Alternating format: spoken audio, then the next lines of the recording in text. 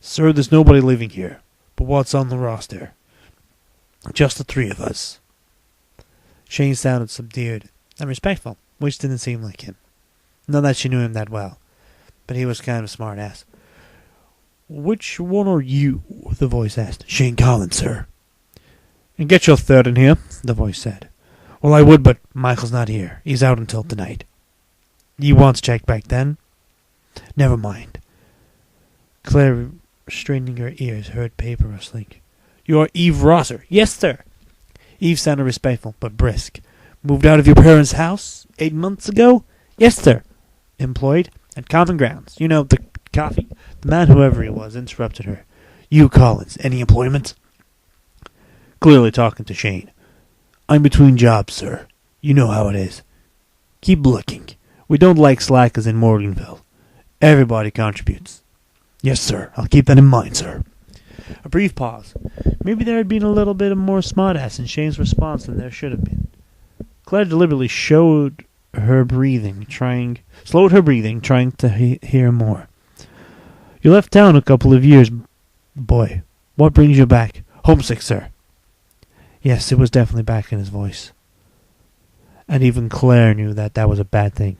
Missed all my Eve clear her throat. Sir, I'm sorry, but I've got work in half an hour.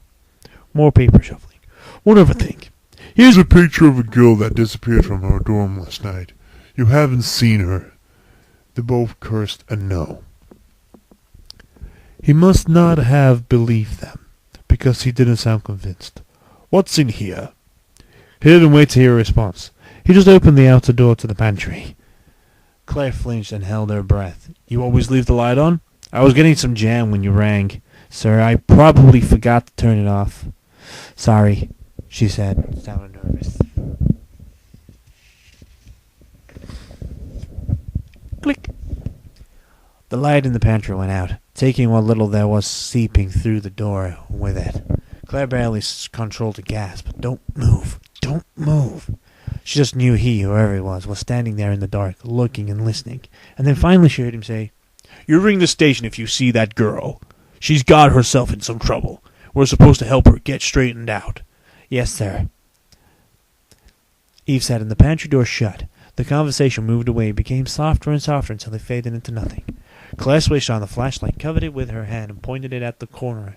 One little light escaped, just enough to convince her that no evil zombie was sneaking up on her in the dark. And then she waited. It seemed like a long time before there were two sharp raps on the door, and swung it open in a blaze of electric light. Eve's stark white makeup on black eyeliner looked even scarier than before. It's okay, she said, and helped Claire out of the hidden room. He's gone. Oh, the hell it's okay, Shane said behind her. He had his arms folded across his chest and rocked back and forth. Those assholes have her picture. They're looking for her. What did you do, Claire? Knife the mayor or something? Nothing, she blurted.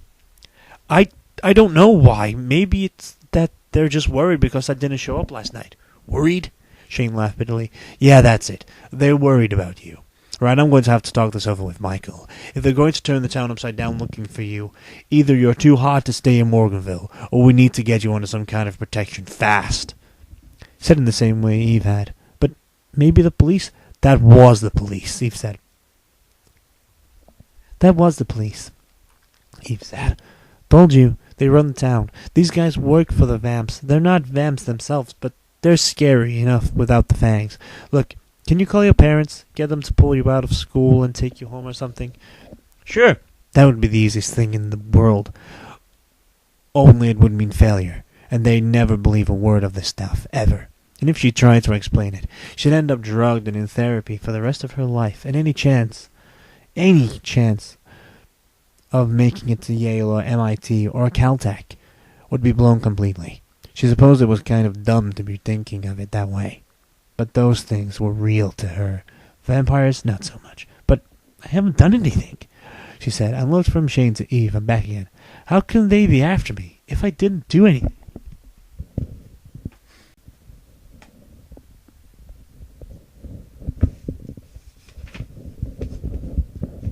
Life ain't fair, Shane said, with all the certainty of 2 more years of experience at it. You must have pissed off the wrong people, is all I know. What's the girl's name? The one who smacked you around? Monica. They both stared at her. Oh, crap, Eve said hurriedly. Monica Morel? Shane's face went blank. Completely blank. Except for his eyes, and there was something pretty scary going on behind them. Monica, he repeated. How come nobody told me? Eve was watching him, biting her lip. Sorry, Shane. We would have. I swear I thought she left town. We went off to college somewhere else. Shane shook it off, whatever it was, and shrugged, trying to look like he didn't care. It was obvious to Claire that he did, though. She probably couldn't stand not being the queen bee and had to come begging back to Daddy to buy her some grades. Shane, I'm fine. Don't worry about me. She probably doesn't even remember you. Eve blurted, and then looked as if she wished she hadn't said it. That's not what I meant. I'm sorry. He laughed, and it sounded wrong and a little bit shaky. There was a short, odd silence, then Eve changed the subject by resolutely picking up her plate of cooling bacon and eggs. And then went still and round-eyed. Oh, shit, she said, and then covered her mouth. What? She pointed at the plates on the counter. Shane's, hers, and theirs. Hers. 3 plates. He knew something was up. We told him Michael wasn't around. No wonder he kept poking. Shane said nothing, but Claire could see he was, if possible, even more upset. He didn't show it much, but he picked up his plate and walked away out into the living room and then up the stairs two at a time. His upstairs door slammed. Eve bit her lip, watching him after him. So, Shane and Monica? Eve kept staring at the doorway. Not like you're thinking, she said. He wouldn't touch that skank in a million years. But they were in high school together, and Shane got on her bad side, just like you did.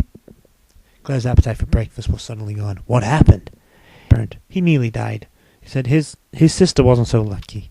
Michael got him out of town, off on his own. Before he did something crazy. He's been gone a couple of years, just came back right before I moved in here. Eve forced a bright smile. Let's eat. Yeah, I'm starving. They sat down in the living room, chatting about it.